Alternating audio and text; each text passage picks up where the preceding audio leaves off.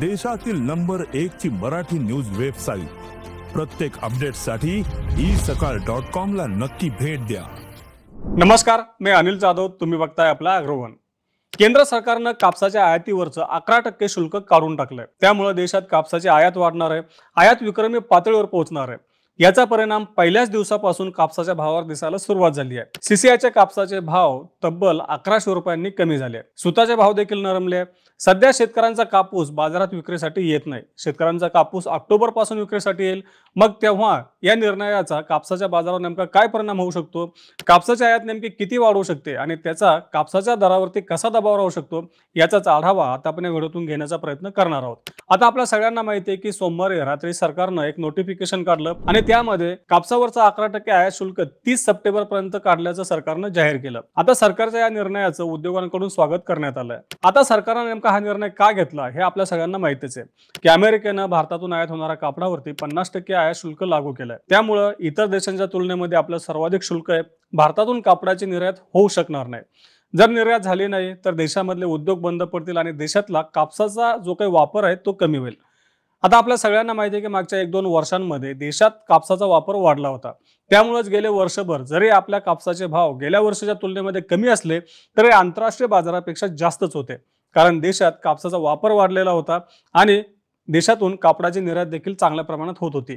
पण आता निर्यातच धोक्यात आल्यामुळे सरकारला 11% आयात शुल्क काढण्याची मागणी ही उद्योगांनी केलेली होती। त्यासोबत उद्योगांनी आणखी मागणी केली की सरकारनं निर्यातीसाठी अनुदान द्यावं। जर उद्योगाला जगवायचं असेल तर सरकारने निर्णय घेणं महत्त्वाचं होतं। आता सरकारनं 11% आयात शुल्क काढलं, परंतु त्याचा दबाव थेट बाजारावर येताना दिसतोय। सध्या शेतकऱ्यांचा कापूस बाजारात नाही, परंतु सीसीआयच्या विक्रीचे दर कमी झाले। मंगळवारी म्हणजेच काल सीसीआयनं आपल्या कापूस विक्रीचे दर 600 रुपयांनी कमी केले। आज तो दर 500 रुपयांनी कमी केला, म्हणजेच खंडीमागं तब्बल 1100 रुपयांनी सीसीआयनं आपल्या कापूस विक्रीचे दर कमी केलेले आहेत। केवळ कापूसच नाही तर सुताचे दर देखील कमी झालेत।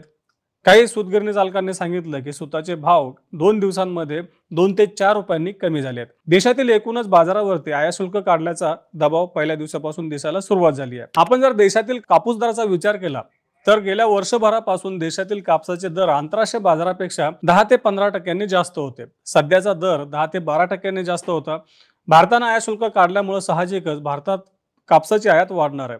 ही आयात काही आता आयात शुल्क काढल्यामुळे वाढणार नाही, तर सुरुवातीपासूनच देशात आयात वाढलेली आहे, कारण देशातले भाव जास्त होते। आपण जर ऑक्टोबर 2024 ते जुलै 2025 या 10 महिन्यांचा आढावा घेतला तर तब्बल 33 लाख गाठी कापसाची आयात झाली आहे आणि ही आयात विक्रमी ठरली आहे। यापूर्वी 2022-23च्या हंगामामध्ये 31 लाख गाठी आयात झाली होती आणि ही आयात आतापर्यंतची सर्वाधिक होती।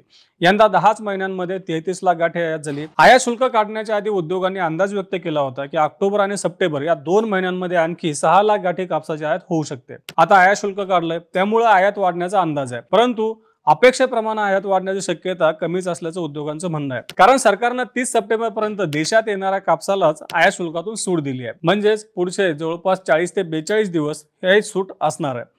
आता या कालावधीमध्ये नेमक्या देशातल्या बंदरांवर किती कापूस येतो ते पाहणं देखील महत्त्वाचं आहे। सध्या आंतरराष्ट्रीय पातळीवरचा जर विचार केला तर आफ्रिकेतील देश आणि ब्राझील या देशांमध्ये कापसाची उपलब्धता आहे। ब्राझीलमध्ये मागच्या आठवड्यामध्ये कापसाची काढणी सुरू झाली आहे, परंतु आफ्रिका आणि ब्राझील या देशांमधून जर भारतामध्ये कापसाची आयात करायची असेल तर किमान 40 दिवस लागतात आणि जर समजा सौदे करायचे असेल तर त्यासाठी 1-2 दिवसाचा कालावधी लागतच असतो। त्यामुळे ज्या आयातदारांनी 18 तारखेनंतर पुढच्या 2-3 दिवसांमध्ये आयातीचे सौदे केले त्यांचा कापूस बंदरांवरती येऊ शकतो, ते म्हणजे आफ्रिका आणि ब्राझील मधल्या देशातला। परंतु आपल्या शेजारचे सिंगापूर असेल, कोलंबिया असेल किंवा व्हिएतनाम असेल या देशांमधून मात्र काही दिवसांमध्ये आयात येत असते, परंतु या ठिकाणी कापसाची उपलब्धता कमी आहे। काही भारतातल्या कंपन्यांनी या ठिकाणी आधीच कापूस आणून ठेवला होता, कारण सरकार अमेरिकेने आयात शुल्क लावल्यामुळे कापसावरचं आयात शुल्क काढेल याची चर्चा सुरू होती। आता या ठिकाणचा असलेला कापूस पुढच्या आठवडाभरात किंवा 15 दिवसांच्या आतमध्ये देशात येईलच, परंतु त्याचं प्रमाण कमी असेल। त्यामुळे जवळचे जे काही देश आहेत त्या ठिकाणी कमी कापसाची उपलब्धता आणि ब्राझील तसंच आफ्रिकेतून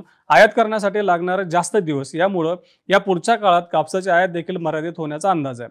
म्हणजे उद्योगांनी असं सांगितलं की सुरुवातीला जो काही ऑगस्ट आणि सप्टेंबर महिन्यातील आयातीचा आकडा 6 लाख गाठींच्या दरम्यान सांगितला जात होता तो कदाचित 9 लाख गाठींच्या दरम्यान पोहोचू शकतो। म्हणजेच यंदाची आयात जी ऑगस्ट महिन्याच्या सुरुवातीला 39 लाख गाठ्यांच्या दरम्यान सांगितली जात होती ती वाढून 42 ते 43 लाख गाठ्यांच्या दरम्यान पोहोचू शकते असा अंदाज उद्योगांनी व्यक्त केला. आता हे सगळं समीकरण कधीपर्यंत आहे की सरकारनं खरंच 30 सप्टेंबर पर्यंतच ही मुदतवाढ दिली तर. पण जर सरकारनं या शुल्कमुक्त आयातीला 30 सप्टेंबर नंतरही मुदतवाढ दिली तर मात्र आयातीचं प्रमाण जास्त होऊ शकतं असं देखील अभ्यासकांचं म्हणणं आहे. आता देशामध्ये कापसाची आयात वाढणार आहे. 30 सप्टेंबर पर्यंत मुदत असल्यानंतर 42 किंवा 43 लाख गाठी कापूस आयात होईल.